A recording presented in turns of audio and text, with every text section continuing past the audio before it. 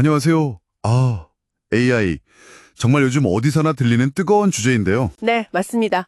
특히 여러분이 보내주신 자료들을 보니까, 한국의 AI 경쟁력 현황하고 미래에 대한 궁금증이 참 많으신 것 같아요. 네, 관심이 확실히 높죠. 그래서 오늘은 대한민국 AI 경쟁력 동향 보고서랑 관련 기사들, 이걸 중심으로 해서 한국 AI의 현재 상황, 그리고 뭐랄까 핵심적인 흐름을 좀 명쾌하게 짚어보려고 합니다. 네, 좋습니다.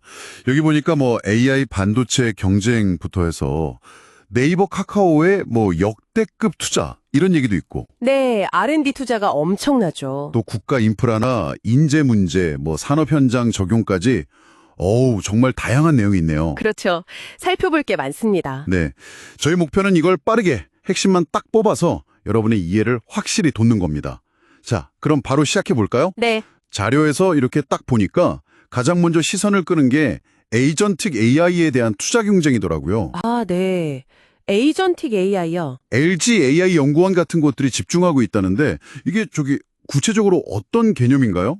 오토 GPT나 최근에 GPT-4o 같은 게 예시라고 하던데. 네, 맞아요. 그 에이전틱 AI라는 건요, 단순히 명령을 수행하는 걸 넘어서서요, 네. 스스로 이제 목표를 딱 세우고, 목표를요? 네, 그리고 그 목표 달성 전략까지 직접 짜서 실행하는, 그러니까 한 단계 더 진화한 AI라고 보시면 돼요. 자율성이 핵심이죠. 아하, 스스로 생각하고 움직이는군요. 그렇죠.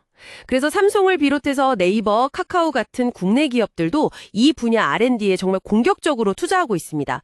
이게 단순히 소프트웨어 개발만이 아니고요. 아, 그런가요? 네.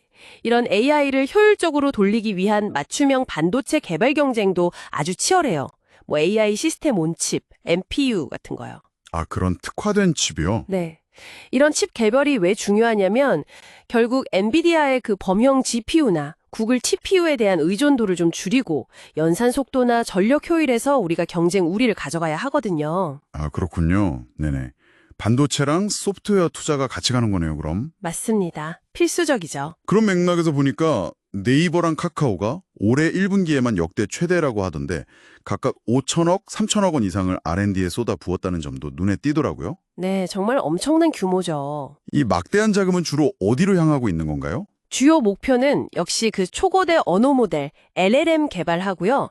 이걸 기반으로 한 생성형 AI 서비스 강화입니다. LLM이요? 챗GPT 같은 거 말씀하시는 거죠? 네, 맞습니다. 그게 방대한 데이터를 학습해서 사람처럼 글을 이해하고 만들어내는 AI의 핵심 엔진이잖아요. 네네.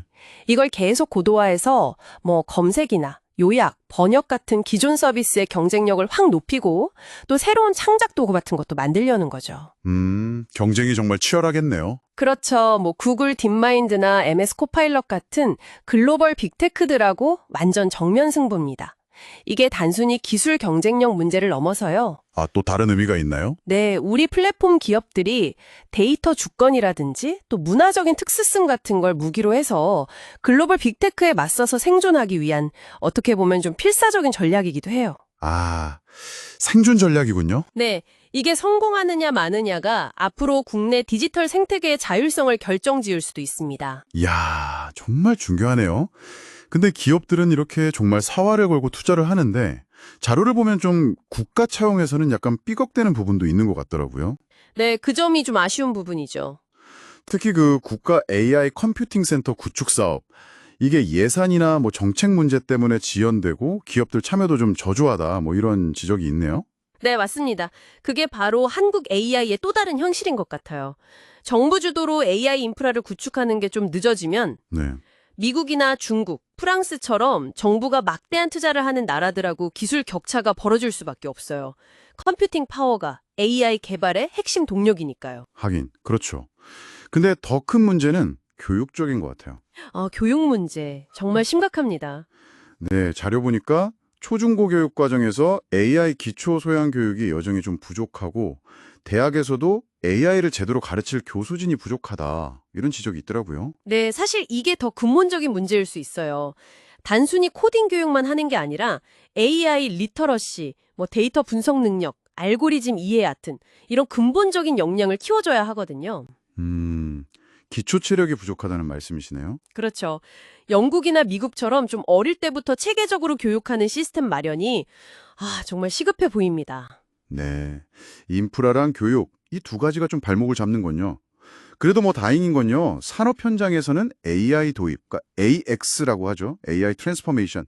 이게 꽤 활발해 보인다는 점이에요. 아, 네, 맞아요. 그건 긍정적인 부분이죠. LG CNS나 삼성 SDS 같은 기업들이 제조나 물류 분야에 AI 솔루션을 계속 확대 적용하고 있고 또 뭐 블록체인이나 양자 컴퓨터 같은 신기술하고 AI를 융합하려는 시도도 재밌더라고요. 네, 그 산업 현장의 AI 도입은 상대적으로 투자 대비 효과, ROI라고 하죠.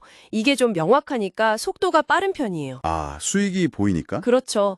GE의 프레딕스나 지멘스의 마인드스피어처럼 IoT 데이터랑 AI를 결합해서 생산율 높이는 게 세계적인 추세인데 국내 기업들도 이 흐름은 잘 따라가고 있습니다. 네. 신기술 융합은 어떤가요? 블록체인이나 양자 컴퓨터? 그것도 상당히 주목할 만해요. 뭐 예를 들면 블록체인 기술은 AI 학습 데이터의 신뢰성을 높인다거나 개인정보 보호하는 데 기여할 수 있고요. 데이터 신뢰도 문제요? 네. 그리고 아직은 초기 단계지만 양자 컴퓨팅 같은 경우는 양자 머신러닝, QML을 통해서 기존 AI로는 풀기 어려웠던 아주 복잡한 문제들을 해결할 잠재력이 있거든요. 와, 양자 컴퓨팅까지? 네. 그래서 이런 융합 분야에서 새로운 기회를 찾는 스타트업들도 우리가 좀 주목해 볼 필요가 있습니다. 네, 그렇군요. 자, 그럼 오늘 이야기를 좀 정리해보면 한국 AI는 에이전틱 AI나 LLM 같은 첨단 기술 개발에 대기업들이 정말 막대한 투자를 쏟아붓고 있고 네. 공격적이죠. 산업 현장 적용도 빠르게 진행되는 그런 긍정적인 모습이 분명히 있습니다. 하지만 동시에 국가 차원의 컴퓨팅 인프라 구축이 좀 늦어지고 있고 체계적인 인재 양성 시스템이 부족하다는 이런 해결해야 할 과제도 명확해 보이네요. 네, 그렇습니다.